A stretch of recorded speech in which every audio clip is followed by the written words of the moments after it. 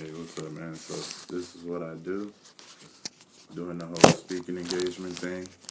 And so now I'm about to talk to the young people, and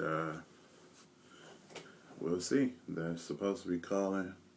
I'm now location at the Freedom Rider House, and this is what I do. I hope they...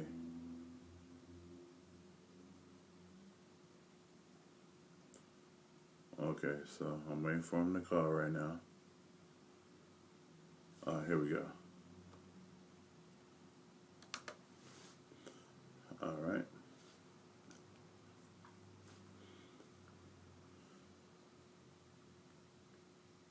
Hello there. All right, let's try again. Oh, okay. I'm sorry, what was that? Right when it started messing up, you had asked them a question, but we didn't hear what it was.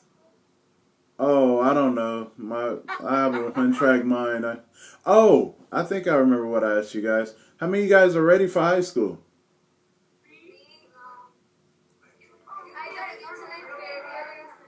Oh, okay.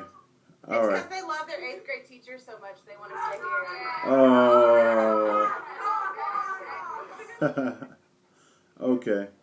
That's cool. That's cool. Well, yeah, you guys are at a very important moment in your lives, you know, and I know you guys are going to continue to hear that over and over and over again, but it's true.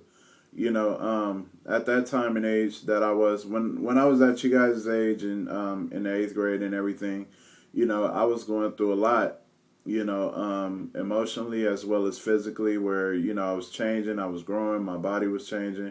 But not just that, but I also was dealing with the fact that I thought that I was gaining my relationship with my father back, you know. And push come to shove, you know, as soon as I felt like I was getting my father back, you know, I winded up losing my father because he died of AIDS. And so it was very interesting, you know. Like when I talk to you guys, it's crazy because it feels like I'm talking to myself, you know, at that age, you know. I was very upset.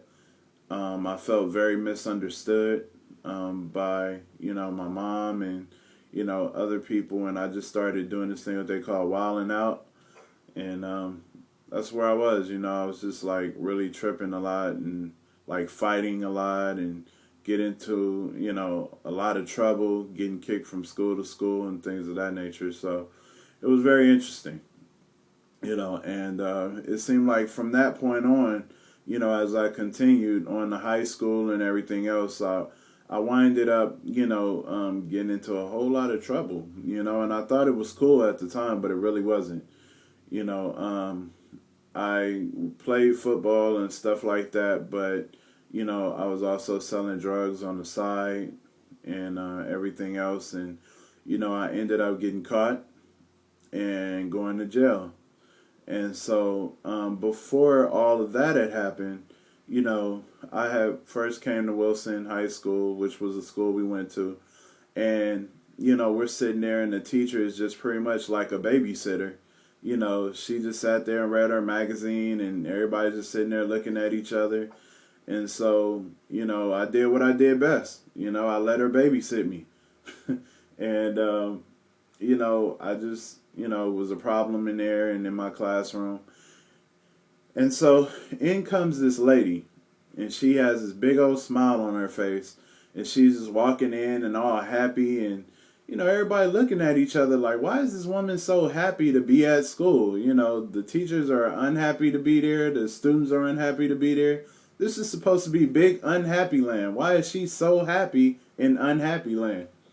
So, anyways, come to find out, you know, I found out later on the reason why she was happy, and the woman that walked in and had this big smile and everything else is the woman that I ended up being in her classroom after I got out of jail, and that's Erin Gruel. And that was the teacher that I had that pretty much, you know, helped us out, and, you know, she did a lot of things on our behalf, which helped us, you know, learn about ourselves and learn about our abilities to write and learn about the art of writing, and, you know, to where we became the Freedom Riders.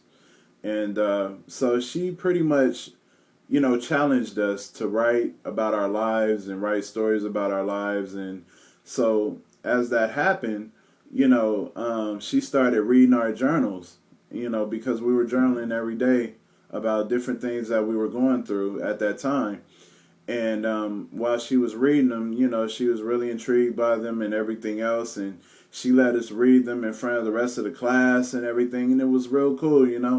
And so anyway, we ended up taking some of those journal entries and we put them together. And that's how we got the book called The Freedom Writer's Diary.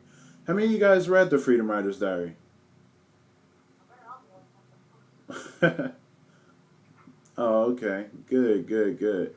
So yeah, pretty much after that book was released, our lives were never the same. We got to do a lot of traveling and stuff like that, and help change a lot of kids' lives. And that was the most important thing, is that a lot of kids and a lot of young people, even adults, really liked our book and they really embraced it. And because of that, years later they ended up making a movie about it called the Freedom Rider. And that was a very interesting situation too. And last but not least, the good thing about the movie is that, yeah, I got to meet a lot of people. I got to work with people such as like will.i.am and Common, as far as on the track and like on music. But the biggest thing is that when we had the premiere of the movie, everybody brought their dates and, people they wanted to impress and stuff like that. And everybody had, pretty little women, and the women had their handsome husbands or boyfriends and everything else. And my date to the premiere was my mom. And the reason why my mom was my date to the premiere is because all my life I had been such a failure to her, in my life and the way I was living and things I was doing, that, I just wanted to do something to make her proud. And so in the new Freedom Rider book, we have a new edition of the Freedom Rider book, which is a 10-year edition, and it has new stories. And that's one of the stories that I wrote, was a story about bringing my mom to the premiere of the movie, and to be there signing autographs and everything, and looking out of the side of my, looking to the side and seeing my mom there smiling. So that was very touching to me, and it was a very good thing to be able to see someone that I admire so much eventually start to admire me.